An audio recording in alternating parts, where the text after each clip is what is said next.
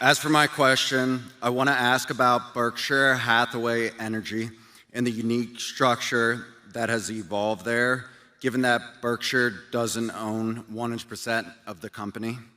The first part of that question is related to Greg's ownership and his corresponding incentive alignment with overall Berkshire.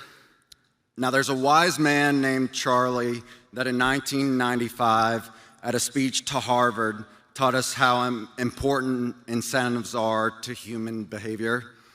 I would conservatively say that Greg's stake in BHE is worth more than $500 million at present. And I'm curious if you can share any plans that you have to convert his Berkshire Hathaway Energy ownership to Berkshire stock. And if there isn't a plan to do this, can you please explain why we shouldn't be concerned about Greg's incentive structure going forward? The second part is about leverage at the entity. You have always said that BHE operates with an appropriate amount of leverage given its earning power. With that said, it's still a very, very large debt figure in relation to current earnings, especially with what we have become accustomed to at Berkshire. And I'm curious, if Berkshire owned 100% of Berkshire Hathaway Energy, would you still operate the business with the same amount of leverage?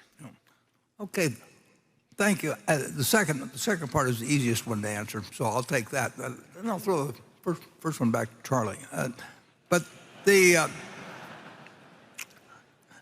Berkshire Hathaway Energy actually is required with its regulated utilities, and it basically started pretty much with regulated utilities, and still is dominated by that, and we're interested in buying more regulated utilities. It's required in different ways by different states and by different regulatory authorities to have a large amount of debt, because the regulatory authorities will say, in Iowa or to pick any state, the regulatory authorities are going to say you can get debt money cheaper than you can get equity money, which historically has largely been, almost always been true.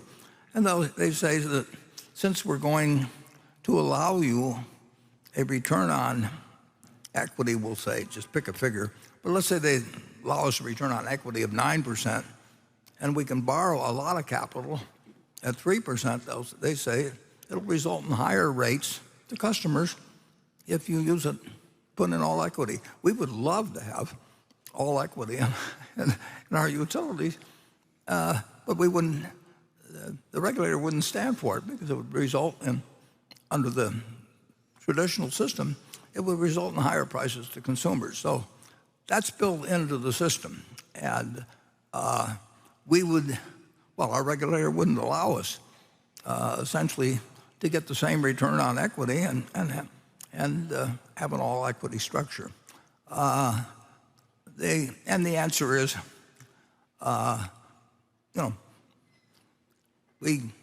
we put, well, you actually saw in the film earlier, which the people that are listening or hearing the webcast didn't see, but just in Iowa, we recently got approval to spend $300 billion, but they want us, Iowa has a history in, like every other state in the union, except Nebraska, which is all public power.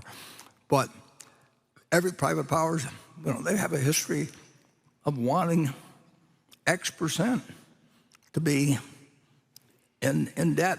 They want you to raise a lot of money in debt because it's cheaper, means cheaper power for the consumer. So the answer is, if we owned 100% of Berkshire Energy, we would absolutely be following the same. We would be operating pursuant to what the utility commissions tell us they want us to do. That they represent the people of those states. Now, Charlie, do you want? Well, the other one's simple too. It's a historical accident it's not causing any big tension or breaches of fiduciary duty. We had the same problem with Walter Scott, who was the director for years and years, and owned stock in the same company, also an historical accident. I just don't think it's a big problem at all. I see no behavior from Greg ever that isn't in the best interest of Berkshire. Yeah. And we've had various percentages of Berkshire Hathaway Energy ever since we bought it in around 2000. And it happened, we were at my sister who's here, we were at her house, and there was a party going on, and 20 or 30, probably 30 people. And Walter said to me, if you got a minute or two, I'd like to talk to you about something. So we went in the library or someplace, and Walter says, we've got this company and it doesn't seem to fit the public mold very well, and would you want to buy in and go private? And I said, sure, depends on the price. And when we got back to Omaha, I was out on the West Coast, we got back to Omaha, and we met with Dave Sokol, who was the big holder, aside from Walter. And we agreed on a price. And I remember Walter saying to Dave, "Don't negotiate with Warren. he'll tell you to forget it and he'll do something else." And so we bought it. And so it was kind of a weird structure from the start, and we had a public utility holding company act to deal with and all kinds of things. And it's evolved, and it now has us with 91% roughly, and it has Walter's estate, and I don't know where that goes at all. And Walter never talked to me about it, and I never asked him about it. But it's one way or another interest connected with him, and the estate now, close to 8, I guess. And Greg's got 1, and the from our standpoint, if we made a deal with if they ever came to us and the Scott interest wanted to do something, we'd say fine with him. We'll do the same thing with Greg if he wants to, and he probably would want to. I mean, but from our standpoint, I've never seen any decision remotely. If I thought that would make a difference, he would not be. He just wouldn't be the right kind of person to run Berkshire. And the problem, of course, is that you've got lots of process that can be involved with insiders and everything. And I've got no interest in, as long as I'm alive, my interests are 100% with Berkshire. And the board would probably, and to some extent, a little reluctantly, but they just say, well, if Warren thinks the deal's okay, it must be okay, which is true.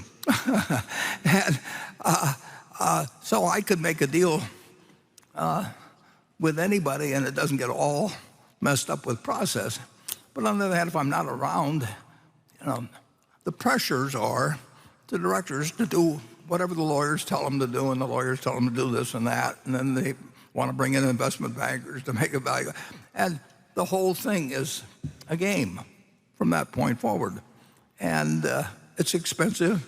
It takes a lot of time. So it would be better if it happened while I'm alive and around. But there's no reason. We'd rather have 100% than 91%, obviously, because it's more earnings for Berkshire.